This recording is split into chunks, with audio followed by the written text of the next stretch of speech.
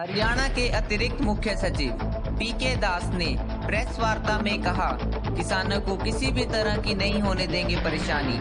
देखिए राष्ट्रीय खोज भारतीय न्यूज चैनल की एक विशेष रिपोर्ट।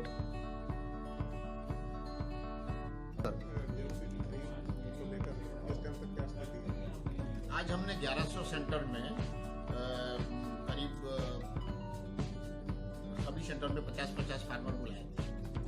अब तक हमने करीब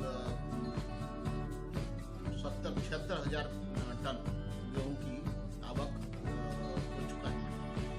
तो जो सोशल डिस्टेंस रखना जरूरी था वो रख रहे हैं। कहीं भी कोई मंडी में भीड़ नहीं है। ज़्यादातर मंडियों में आड़ती भी हमारे साथ हैं और खरीद रहे हैं। प्रोक्योरमेंट सेंटर में भी आड़ती खरीद रहे हैं।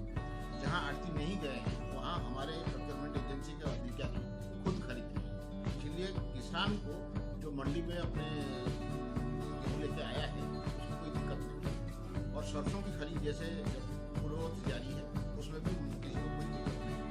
इसलिए मुझे लगता है कि जो आज की जो गेहूँ की खरीद की शुरुआत हुआ है वो बिल्कुल ठीक हुआ है।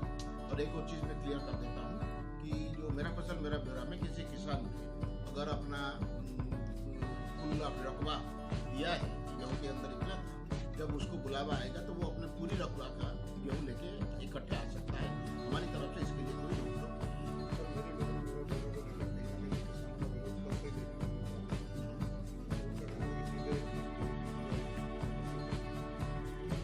किसान को मेरा फसल मेरा ब्यौरा में कोई फर्क नहीं पड़ेगा। ये है कि उसमें जो रजिस्टर किए हैं उन्हीं लोगों को बुला रहे हैं।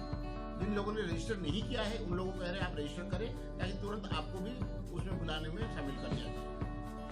जब हम सरसों की खरीद कर रहे थे उस समय ये हुआ था कि वेरिफिकेशन अगर ये गिरदावरी से नहीं आया था तो उसके चाहे 5 किलो के सरसों उसने रजिस्टर कर रखा हो, लेकिन मान लीजिए 1 किलो का ही वेरिफिकेशन हुआ है तो 1 किलो का ही क्वांटिटी लाने के लिए कहा जा रहा है। लेकिन उसको हमने तुरंत अगले दिन ठीक कर दिया था। चाहे सरसों हो या गेहूँ हो, जितने का मेरा फसल मेरा ब्यौरा में रजिस्टर कर रखा है वो सारे के सारे फसल वो एक बार में ला सकता है। सरसों में एक दिन में 40 क्विंटल से ज़्यादा नहीं ला सकता। वो इसीलिए कि सरसों की जो 25% खरीद है वो नाफेड के लिए हम करते हैं, वो उनका कंडीशन है। लेकिन 25% खरीद हो जाने के बाद किसान कितना भी लाए वो हम लेने के लिए राजी हैं। गेहूँ में कोई इस तरीके से बंदिश नहीं है।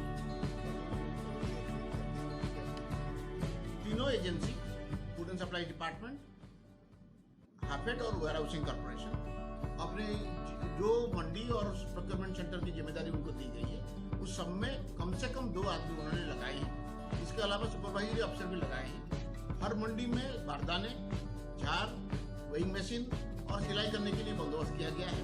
हर मंडी और प्रोक्योरमेंट सेंटर के साथ ट्रांसपोर्ट का अरेंजमेंट कर दिया गया है। अभी तक सरसों की जो खरीद हो रही है वो उठ के अपने स्टोरेज एरिया में जा रहा है। और आज जो गेहूं की खरीद होगा मुझे उम्मीद है कि कल शाम तक वो भी स्टोर में जाना शुरू हो जाएगा।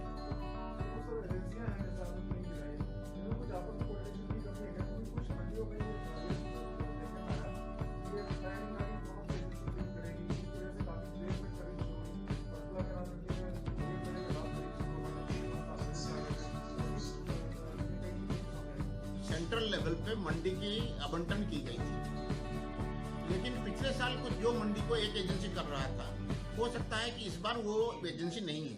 तो कुछ जगह आड़ती चाहते हैं जिसके साथ पहले काम करते रहे उसी के साथ काम करेंगे।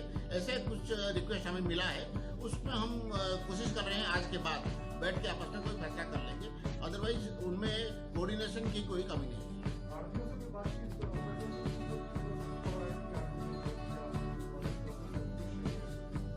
पिछले करीब 2 महीने से समय समय पर आड़तियों से उनके मांगों को लेकर बात सरकार करती रही। उनके जो भी जायज मांग थे और जो भी चीजें उन्होंने कहा वो सारे मान लिए गए। आज की तारीख में जो आड़ती परचेज में शामिल नहीं है वो क्यों शामिल नहीं है ये हमें पता नहीं। पहले उन्होंने कहा कि हमें किसान को उन्होंने जो उधार दे रखा है वो काट के पेमेंट करने दिया जाए। हमने कहा। फिर उन्होंने कहा कि जो अकाउंट हमारे पास पहले हैं उसी अकाउंट में ही हमें काम करने दिया जाए, वो भी हमने माना। उन्होंने कहा पिछले साल आपने सरसों की खरीद में हमें 40 रुपए क्विंटल दिया था, उसको बढ़ाया जाए, उसको बढ़ा के 1.25% किया गया, लगभग 55 रुपए से थोड़ा ऊपर किया गया, वो भी उनकी मांगे मानी गई।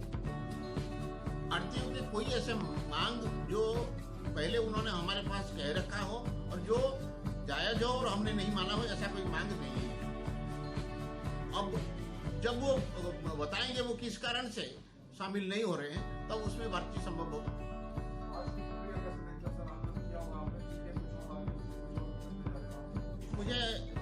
मुझे आशा था कि करीब 1.5 लाख टन आज हम खरीद पाएंगे, लेकिन मुझे लगता है क्योंकि कुछ एरिया में जिन लोगों को बुलावा गया है उनमें कटाई नहीं किया है, कुछ लोग तो ऐसे हुए हैं, तो पहला दिन है, थोड़ा इस वजह से भी थोड़ी ये हुई है।